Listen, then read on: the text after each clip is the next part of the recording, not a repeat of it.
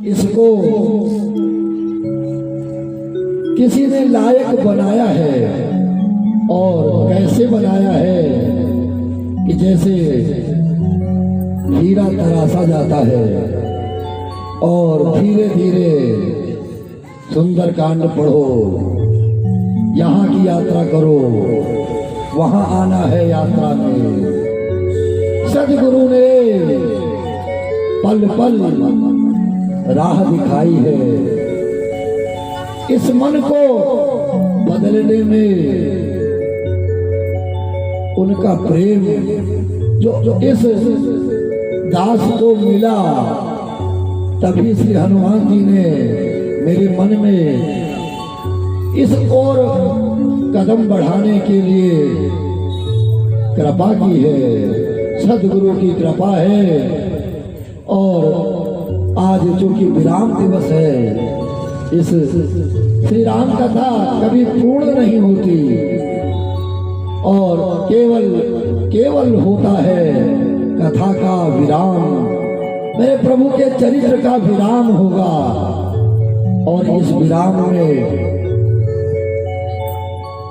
इस व्यास पीठ को, इस व्यास गद्दी को कुछ न कुछ दे करके ही विदा किया जाता है।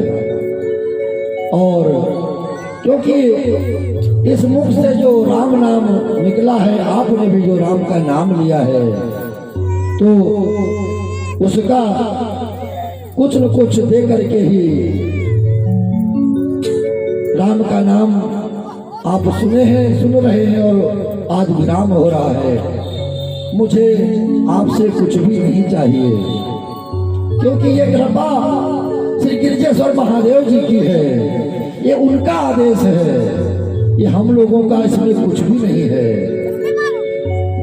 जिसने इस कार्य में अपने इस यज्ञ में आहुति दी है, वो धन्य है।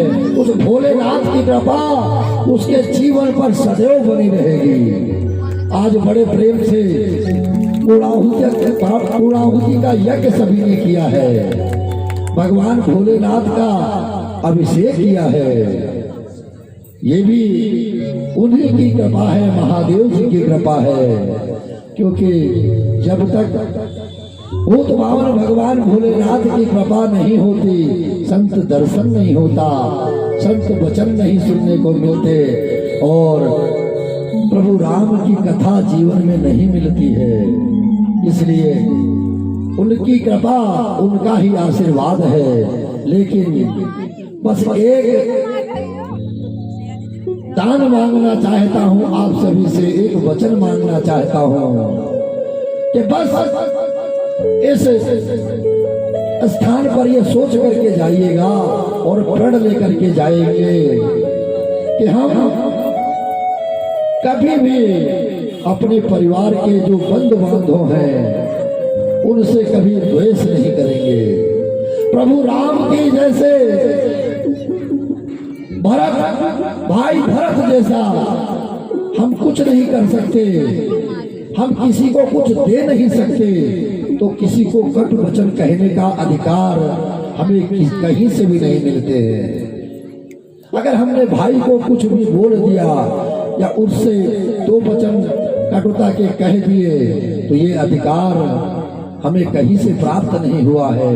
क्योंकि पिता ने लालन पालन किया है, पिता ने कभी नहीं कहा, माता ने कभी नहीं चाहा कि एक भाई दूसरे भाई से लड़ाई करे या उसे किसी प्रकार की कटु वाणी, कटु वचन बोले। तो बस उस माता पिता के वचनों को अपने साथ रखेंगे और याद रखेंगे। हम जहाँ कहीं भी रहेंगे, पास पड़ोस में प्रेम से रहेंगे, क्योंकि हमारे प्रभु ने यही सिखाया है। अगर उसका थोड़ा सा भी अंश अपने जीवन में ले लेंगे, अपने चरित्र में ले लेंगे, तो देखिए आपका जीवन कितना आनंदमय हो जाएगा।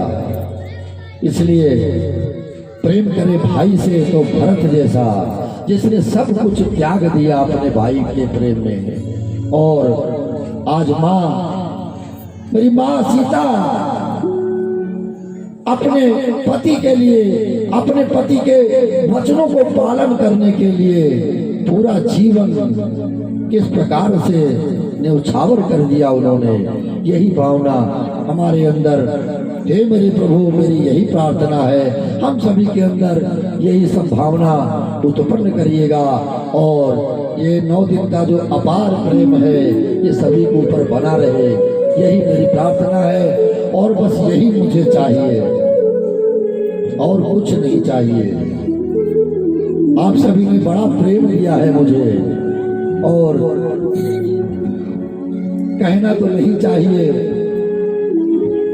जब भोलेनाथ ने आदेश किया कि ठीक है मुझे अपने प्रभु की कथा सुननी है, उनका चरित्र सुनना है, तो जब किसी से बात की जाती थी, मैं ये संकल्प के नाते बोल रहा हूँ कि देखिए, संकल्प शक्ति अगर आपके जीवन में है तो उसका बड़ा फल मिलता है। कहा गया यहाँ तो भाई किसी को समय नहीं है, कौन सुनेगा कथा आपकी? आप किसको सुनाने जा रहे हैं? तो कैसी कैसी भूमिका बनती है भगवान भोलेनाथ के मन से, इसमें मेरा कुछ नहीं है। मंदिर पर बैठ करके 2 भक्तों को कथा सुनाने का प्रयास किया जा रहा था, लेकिन हनुमान जी बन करके एक दिन कुछ बंधु सामने आकर के खड़े हो जाते हैं, रामस्वरूप मौर्य जैसे। हनुमान जी ने भेज दिया, भोलेनाथ ने भेज दिया कि जाइए इस स्थान के लोगों से कहा कि जाइए निवेदन करिए कि प्रभु का चरित्र इस स्थान पर गाया जाएगा।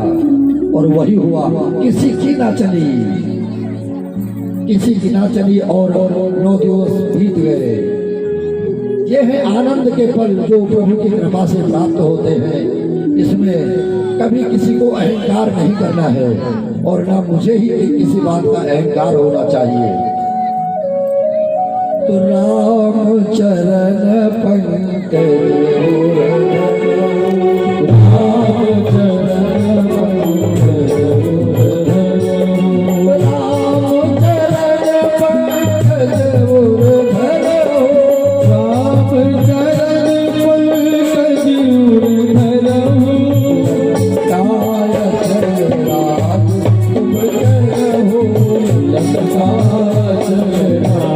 तुम करो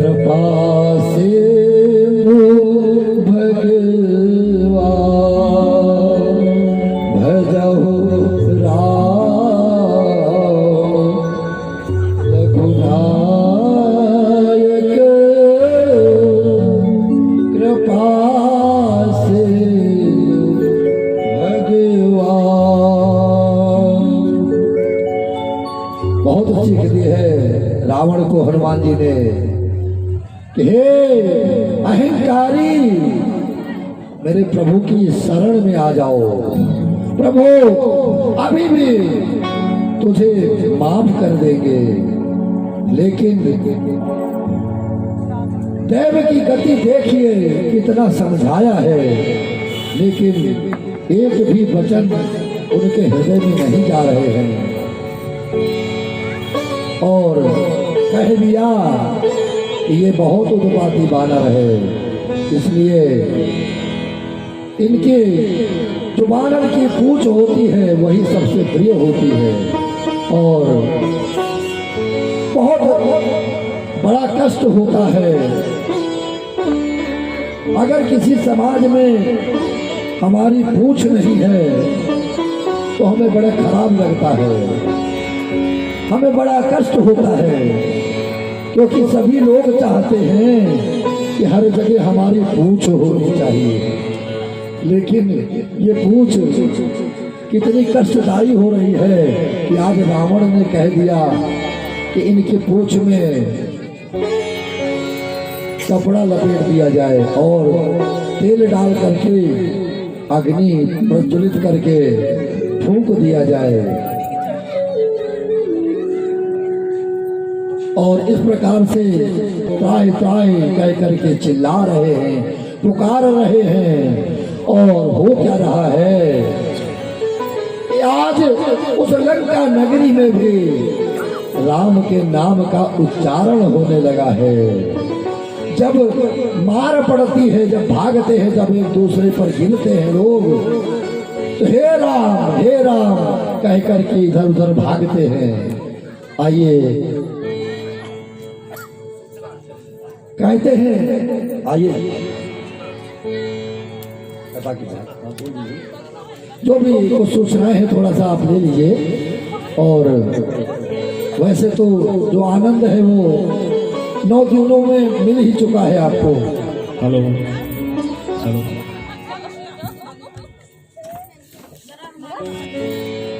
हेलो, जय श्री राम, जय जय श्री राम। एक बार प्रेम से जयकारा लगाइए, बोलिए राजा रामचंद्र की जय हो।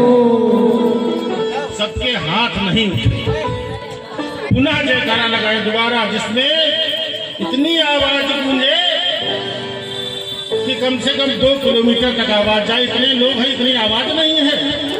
एक बार प्रेम से दोबारा जयकारा लगाइए, बोलिए राजा रामचंद्र की जय हो। जय हो, जय। आज तो बड़ा ही आनंद आ रहा है। महाराज जी का भी मन प्रफुल्लित हो